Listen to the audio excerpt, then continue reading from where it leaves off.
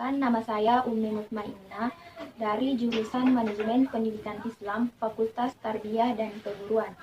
Adapun tujuan saya di sini hanya untuk mempresentasikan hasil ujian tengah semester Manajemen Pendidikan Islam, Fakultas Tarbiyah dan Keguruan UIN Alauddin Makassar dengan mata kuliah Dasar-Dasar Manajemen. Kelas MPI 1-2. Adapun soalnya yaitu, pertama, kemukakan dua pendapat ahli manajemen tentang apa saja fungsi-fungsi manajemen. Dari dua pendapat tersebut, pilih salah satunya yang menutur Anda sesuai dengan fungsi manajemen pendidikan dan berikan alasan yang jelas mengapa Anda memilih pendapat ahli manajemen tersebut.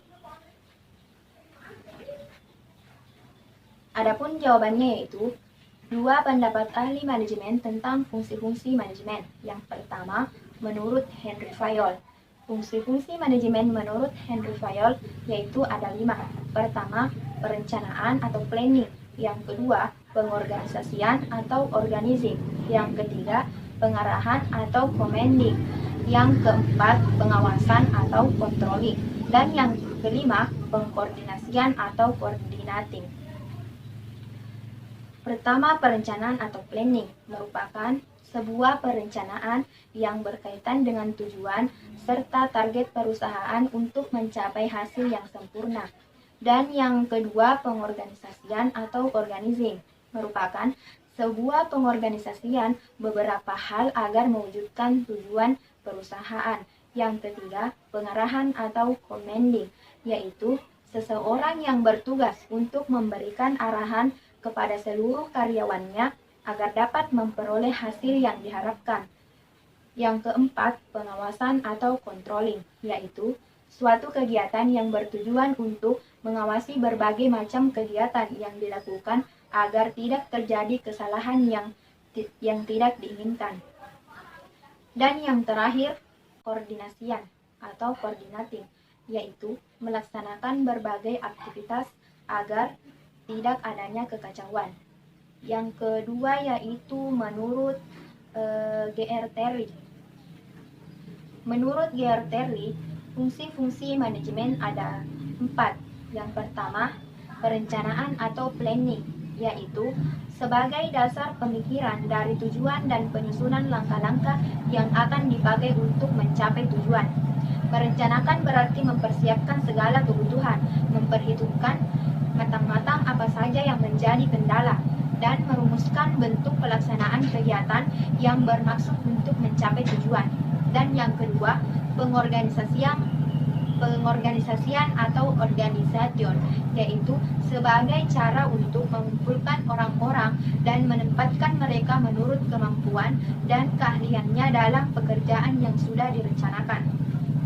Dan yang ketiga yaitu penggerakan atau actuating, yaitu untuk menggerakkan organisasi agar berjalan sesuai dengan pembagian kerja masing-masing serta menggerakkan seluruh sumber daya yang ada dalam organisasi agar pekerjaan atau kegiatan yang dilakukan bisa berjalan sesuai rencana dan bisa mencapai tujuan.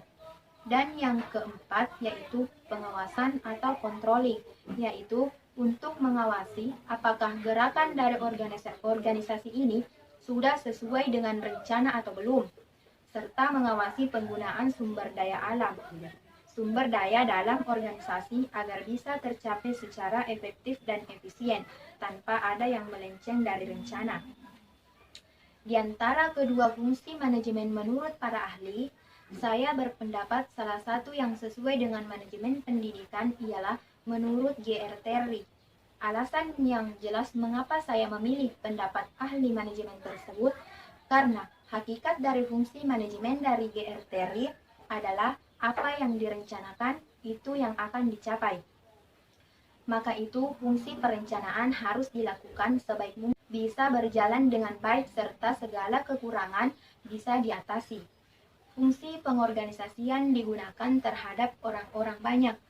Fungsi penggerakan yaitu menggerakkan seluruh sumber daya dalam organisasi. Dan fungsi pengawasan dapat mengawasi penggunaan sumber daya agar berjalan sesuai yang diinginkan.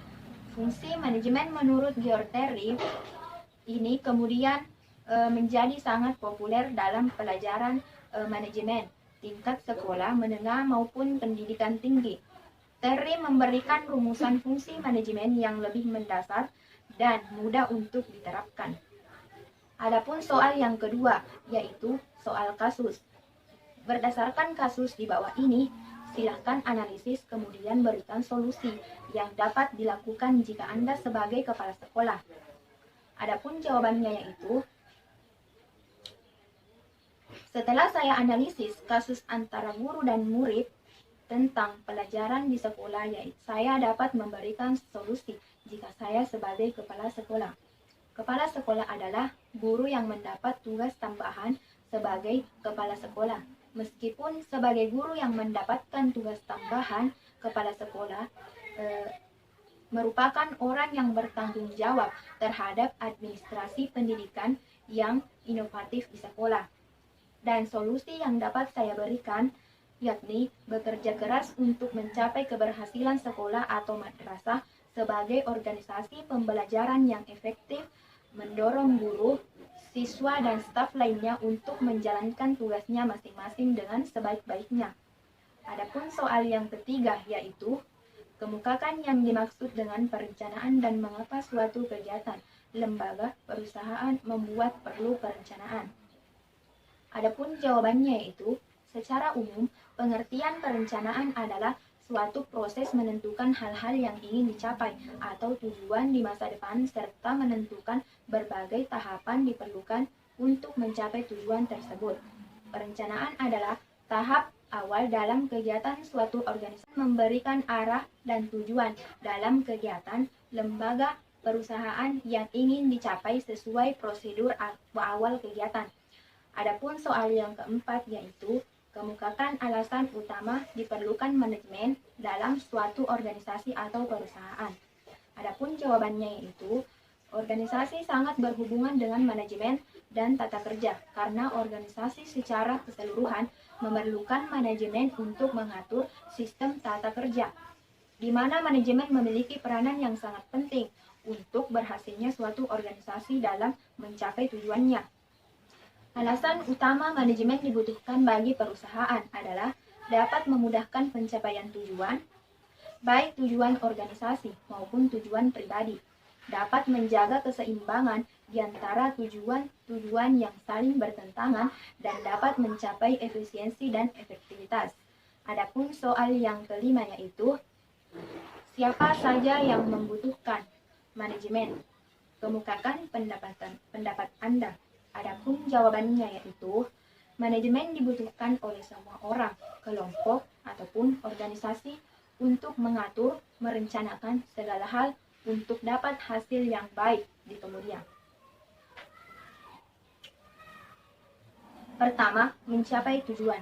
Manajemen mempermudah pencapaian tujuan organisasi dan pribadi. Yang kedua, menjaga keseimbangan di antara tujuan-tujuan dan kegiatan-kegiatan yang saling bertentangan di antara pihak-pihak yang berkepentingan dalam organisasi atau stakeholders, konsumen, pemasok, dan lain-lain. Dan yang ketiga, mencapai efisiensi dan efektivitas yang merupakan ukuran prestasi organisasi. Baiklah, itulah tadi presentase soal dan jawaban ujian tengah semester manajemen pendidikan Islam dengan mata kuliah dasar-dasar manajemen. Baik, cukup sekian. Wabillahi taufiq wal hidayah. Wassalamualaikum warahmatullahi wabarakatuh.